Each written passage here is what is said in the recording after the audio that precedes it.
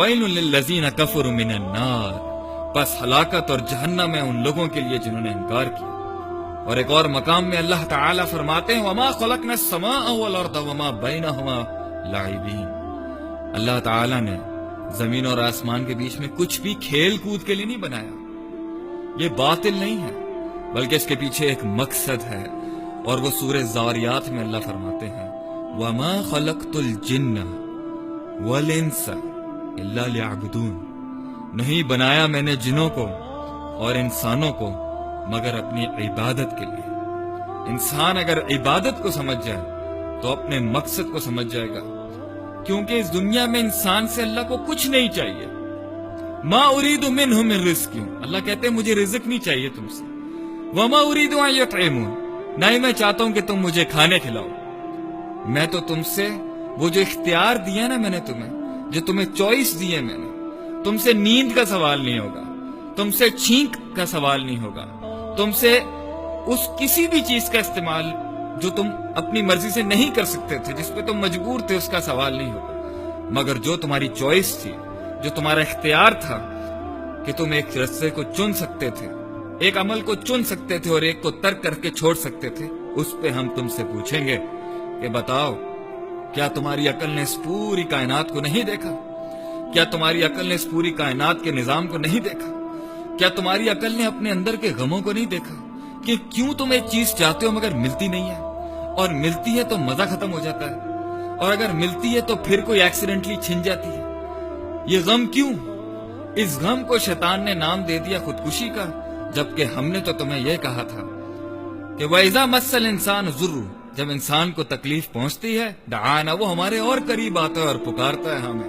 لِجَنبِهِ أَوْ قَاعِدًا أَوْ قَائِمًا، لیٹ کے بیٹھ کے کھڑا ہو کے۔ اس لیے غم دیا تھا تجھے تاکہ تو فکر کر، تدبر کر، تذکر کر،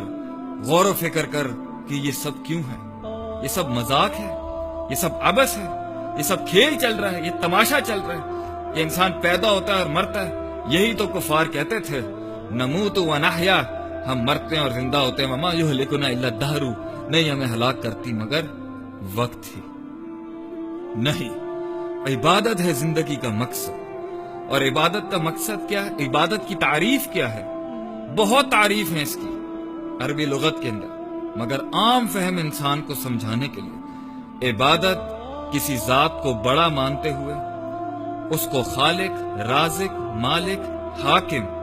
ہر چیز پہ ٹوٹل کنٹرول رکھتے ہوئے، اس پہ یہ یقین اور عقیدہ رکھتے ہوئے کہ اس کے پاس علم ہے اس کائنات کو چلانے کے لیے اور مجھے، اور اس کے پاس حکمت ہے کہ وہ ہر کام کو احسن طریقے سے انجام دیتا ہے۔ اس کے آگے انسان اس سے محبت کرتے ہوئے، اس سے ڈرتے ہوئے،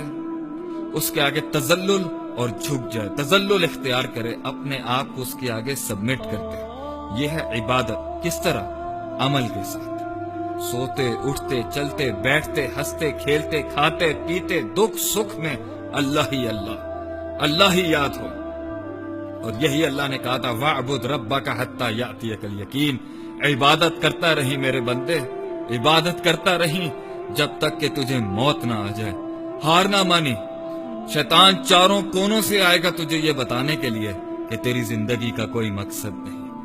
اور شیطان نے کہا لَأَقْعُدَنَّ لَهُمْ صِرَاطَكَ الْمُسْتَقِيمَ، کہ اللہ کہ میں ضرور بالضرور بیٹھوں گا ان کے سیدھے رستوں میں، ثُمَّ لَآتِيَنَّهُمْ مِنْ بَيْنِ أَيْدِيهِمْ، پھر میں اس کے سامنے سے آؤں گا، وَمِنْ خَلْفِهِمْ، اور اس کے پیچھے سے آؤں گا، وَعَنْ أَيْمَانِهِمْ، اور اس کے دائیں سے آؤں گا، وَعَنْ شَمَائِلِهِمْ، اور اس کے بائیں سے آؤں گا، وَلَا تَجِدُوا أَكْثَرَهُمْ شَاكِرِينَ، اور نہیں پائے گا تو اکثر کو اپنا شکر گزار۔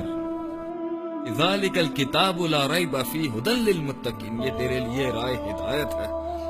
یہ تیری زندگی کا مقصد ہے۔ اس میں اپنے غموں کو تلاش کر، اس میں اپنے ان کویسچنز کو،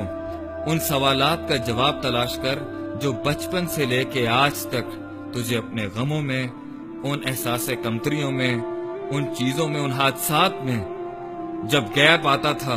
اور ریالٹی تجھے سمجھ نہیں آتی تھی تو کمپلیکس کا شکار ہو گیا تھا، اور تو نے پھر اس کمپلیکس کو دور کرنے کے لیے ایک مقصد ڈیفائن کیا، پھر وہ فیل ہو گیا، پھر دوسرا ڈیفائن کیا، اور پھر تم